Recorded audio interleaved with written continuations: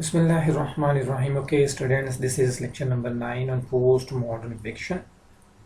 Students, in today's lecture, we are going to discuss another postmodern novel, White Nights by Don DeLillo. As I have told you, that first of all, we must have an understanding on the characters of the novel, and then the thematic study of the novel, and then we can understand what are the postmodern elements in that novel. So again, in today's lecture, we are going to discuss the characters of White Nights.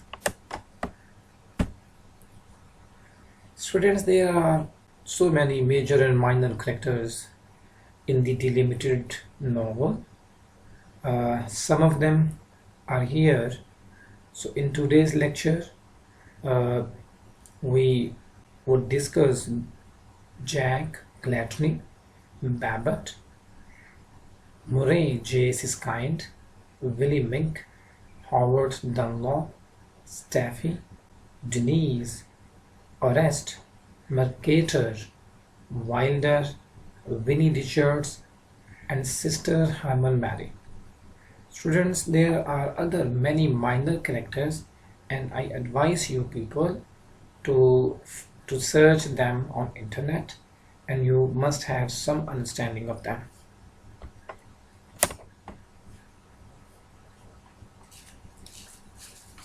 Students, our first character is Jack Gladney. Jack Gladney is the narrator and principal character of White Nights. Jack suffers from two linked fears: the fear of his own death and the fear that he will be exposed as an essentially incompetent, insignificant man. As the chairman of Hitler's studies at the college on the hill, Jack shrouds himself in the distinguished, stately trappings of a successful academic. He wears sweeping dramatic robes whenever he is on campus and refers to himself professionally as J.A.K. Gladney. Students, Jack builds his career around Adolf Hitler, capitalizing on Hitler's reputation as one of the most prominent figures of modern history. At the same time, Jack realizes that his own professional persona is mostly fabricated. Students, when establishing himself as an academic, he added a false initial in order to give his name more weight and, in the process, subtly evoke the initials of John F. Kennedy, another extremely important historical figure. Jack also feels like an intellectual fraud since he has never mastered even the rudimentary basics of the German language despite his field of expertise. Students, Jack also suffers from an acute fear of dying. His study of Hitler speaks in large part to that fear. Hitler represents death on an unfathomably large scale in the face of the Holocaust. Jack's own individual death seems insignificant and therefore manageable.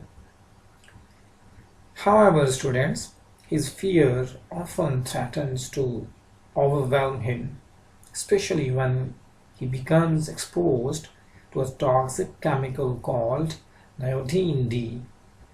The technicians inform him that Neodine D remains in the human body for 30 years and that in 15 years they will be able to give him more specific figures about his cancers for survival. Students, even though these figures are incredibly vague, and given the fact that Jack is already middle-aged, do not actually affect his life expectancy. Jack becomes increasingly gripped by fear and anxiety.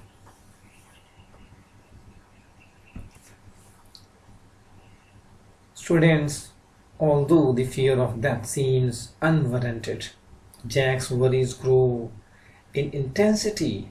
Jack's unspoken fears speak to greater anxieties at play in late 20th century America.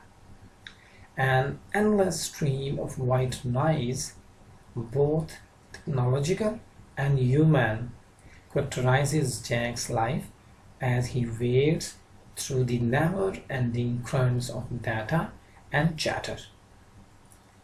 Jack senses something larger, deeper, and more primal emanating from behind,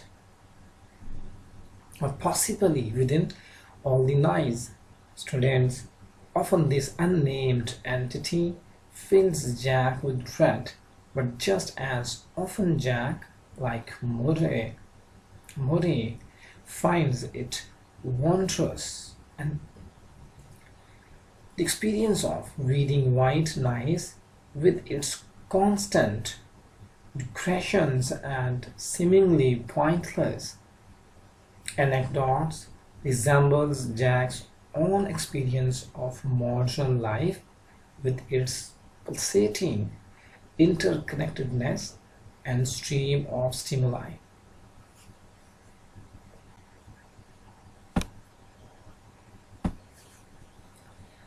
Students, the second most important character of this novel is Babette.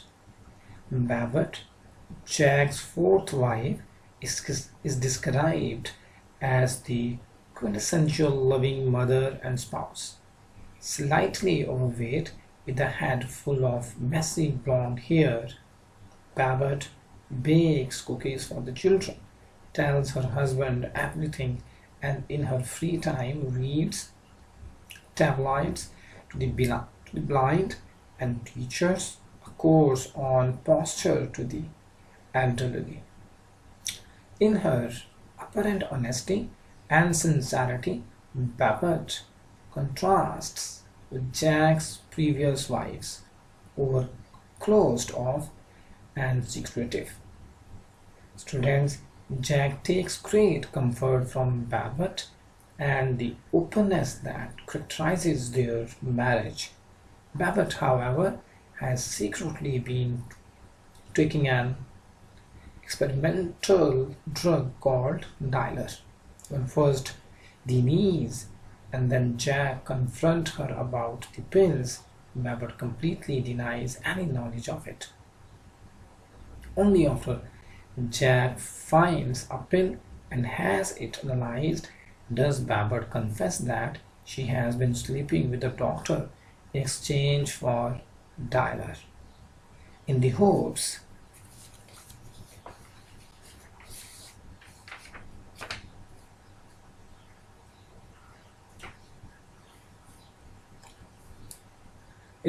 that the drug would relieve her own overwhelming fear of death. The shift in Babette's personality from open and loving to evasive and cynical reflects the novel's pervasive concern with the fluctuating and unstable nature of identity. Students, another important character of the novel is Murray J. Siskind, a former sports writer and current college professor. Murray J. Siskind is one of the tough, media-obsessed New York immigrants who teach in the American Environments Department at College on the Hill.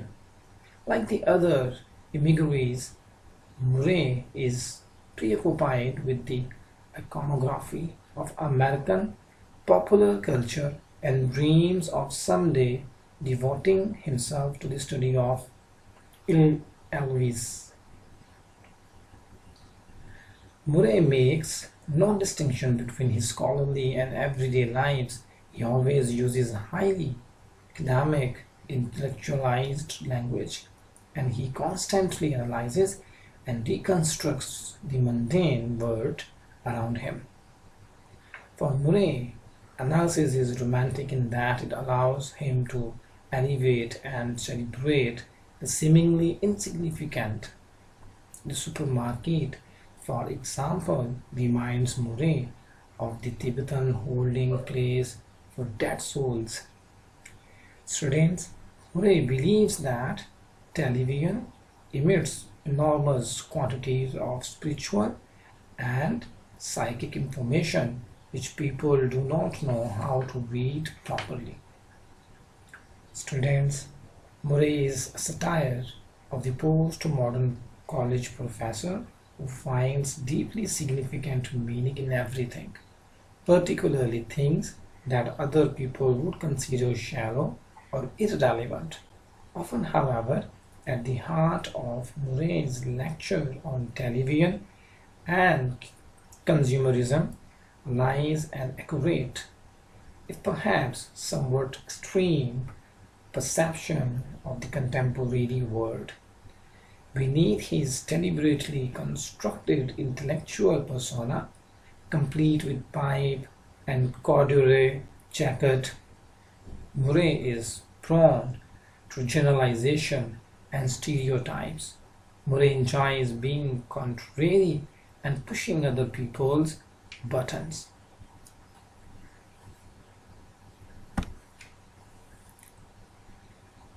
Students, Willie Mink is a shadowy figure who makes a brief but significant appearance at the end of the novel, long before he actually appears in the text. We know of Willie Mink as Mr. Gray, the corrupt project manager behind the drug dealer. Mink has been carrying on an affair with Babbitt, who believes dealer can alleviate her overwhelming fear of dying. Students, Willie Mink is both the center of Jack's jealous rage and Jack's only hope of getting Dyler himself.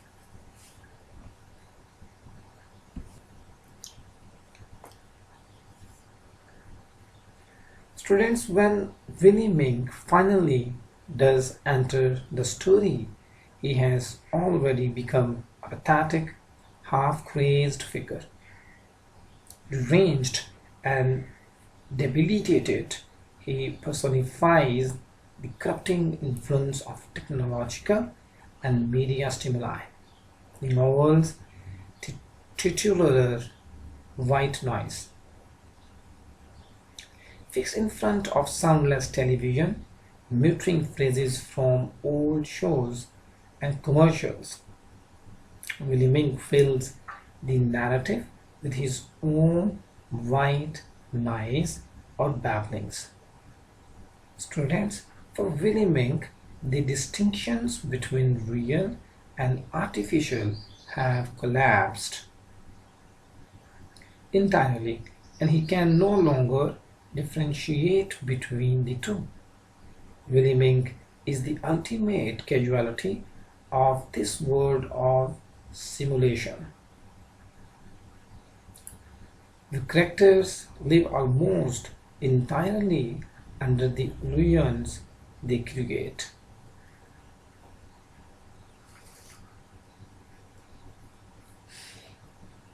Students, another minor but important character is Howard Dunlop. Howard Dunlop is Jack's German teacher.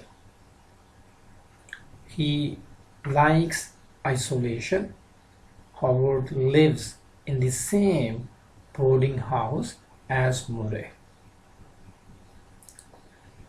Students, another minor but important character is Steffi, Jack's 7-year-old daughter with Dana Breedlove.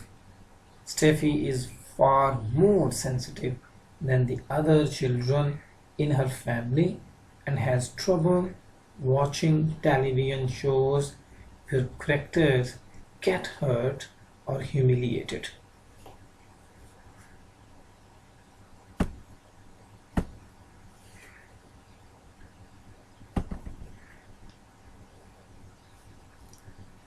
Students, Denise is another important character. Babbitt's, she is Babbitt's 11-year-old daughter with Bob Party.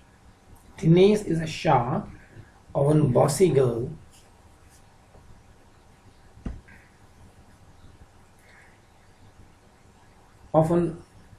girl and continually nags Babbitt about her health. Students, Denise is the first person to notice her mother's memory lapses when she discovers Babbitt's secret supply of dinner. Orest Mercator is another important character.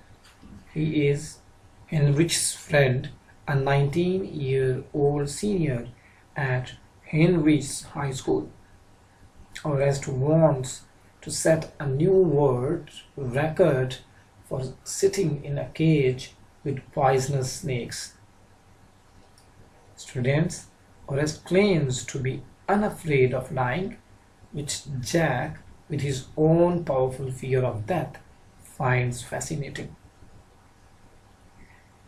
Another important character is Wilder. He is Babbitt's 6-year-old son and the youngest child in the family. Students, Wilder never speaks in the novel, and periodically Jack worries about the boy's slow linguistic development. Nevertheless, in his wordlessness, he remains an essential source of comfort for both Jack and Babbitt. More than any of the other children, Wilder seems genuinely open to the kind of psychic data. Students, Murray believes American children are privy too. Wilder has an older full brother, Eugene, though their father remains unnamed in the novel.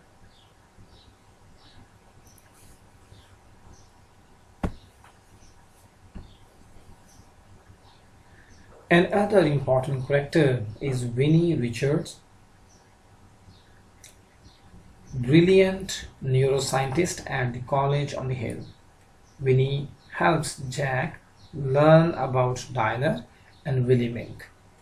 Jack discovers that she is almost always impossible to find since she goes out of her way to be unnoticed. Students, another minor but important character is Sister Hermann Mary. She is a theist German nun who treats Jack for his bullet wound.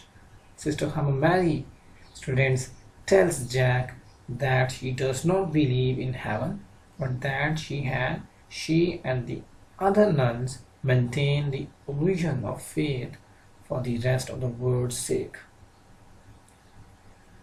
Students, another minor and important character is Vernon Dickey. Vernon Dickey is Babbitt's father. Vernon is a rough, good-natured man, seemingly unafraid of dying, who works with his hands and knows how to build things. Students, his skill and ability make Jack feel incompetent and less masculine. Vernon drops by unexpectedly for a visit and gives Jack a loaded gun when he leaves. Students, these are some major and minor characters.